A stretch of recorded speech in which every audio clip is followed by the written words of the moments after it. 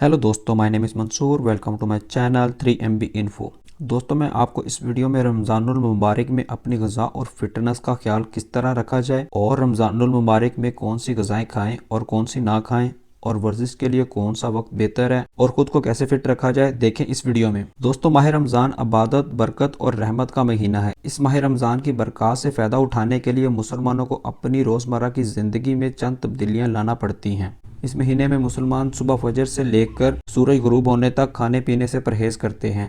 ना सिर्फ अपने जिस्म को फालतू मादों और चर्बी वगैरह से पाक करते हैं, बल्कि ज़्यादा वक्त इबादत में गुजार कर अपनी रूह की ग़िज़ा का भी बंदोबस्त करते हैं। ऐसे में रोज़ोदारों का वर्जिश के लिए वक्त निकालना बहुत मुश्किल होता है और कुछ लोग इस महीने में वर्जिश का सोच भी नहीं सकते क्योंकि उनको लगता है उनमें इतनी हिम्मत नहीं रहती। दोस्तों, माह रमज़ान के दौरान मुसलमान जिस तरह अपने खाने पीने और रोज़मर्रा की ज़िंदगी में जो तब्दीलियां लाते हैं, इसी तरह इनको अपने वर्कआउट और वर्जिश पर भी फोकस करने की ज़रूरत है। आप चाहे वज़न कम करने के लिए डाइट प्लान पर अमल करें या फिर अपनी फ़िटनेस में बेहतरी के लिए मेहनत करें, मगर रमज़ान के महीने में प्लान को तरतीब देना ज़रूरी है।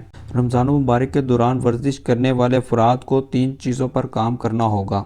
दोस्तों, एक प्लान आपको अपनी ग़िज़ा का बनाना होगा, ठीक है। दूसरा प्लान ट्रेनिंग का और तीसरा प्लान आपको रिकवरी का बनाना होगा। रमज़ान मुबारक में सहर से इफ्तार तक कुछ ना खाने पीने से कई रोज़ादार दबाव महसूस करते हैं। ऐसे में रोज़ाना की वर्जिश दबाव की सतह को मज़ीद बढ़ा सकती है। इसलिए रमज़ान में आप क्या करते हैं और क्या नहीं करते, इसका इंतखाब आपको देखभाल कर करना होगा।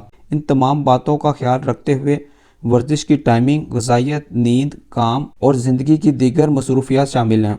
इसलिए वर्जिश के बाद एनर्जी बहाल करने के लिए दुरुस्त किस्म की ग़िज़ा लेना इंतहाई ज़रूरी है। वर्जिश के बाद मसल रिलैक्सेशन बहुत ज़रूरी है, इसलिए परफेक्ट डाइट के साथ साथ रेस्ट की भी ज़रूरत है। चलें दोस्तों, मैं आपको रमज़ानुल मुबारक के लिए बेहतर ग़िज़ाएँ बताता हूँ। दोस्तों, मुतवाज़न ग़िज़ा से रोज़ा इफ्तार करके आप अपने जिस्म को 2 से 3 घंटे बाद वर्जिश के लिए बेहतर तौर पर तैयार कर सकते हैं। अब 2 या 3 खजूर से रोज़ा खोलें, क्योंकि खजूर में पोटाशियम, कॉपर, मैग्नीशियम और फाइबर मौजूद होता है, जिससे हमारे जिस्म को बेहतरीन एनर्जी मिलती है।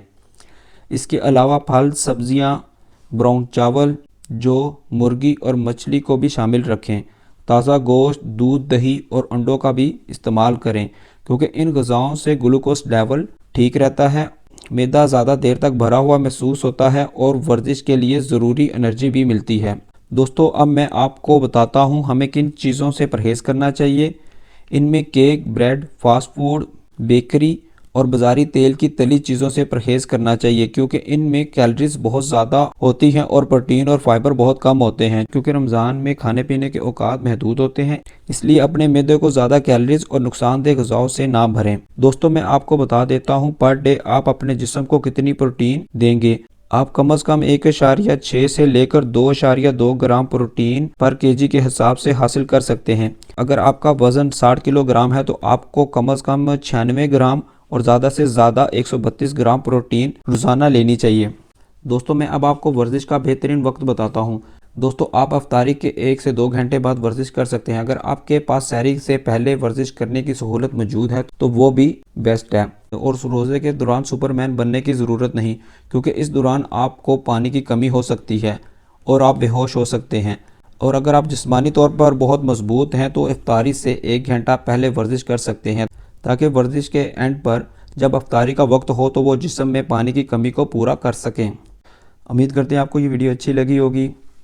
अगर आपका इस वीडियो के मतलब कोई क्वेश्चन हो तो आप मुझसे कमेंट बॉक्स में पूछ सकते हैं और अपनी दुआ में याद रखिएगा। Thank you. अल्लाह हाफिज़।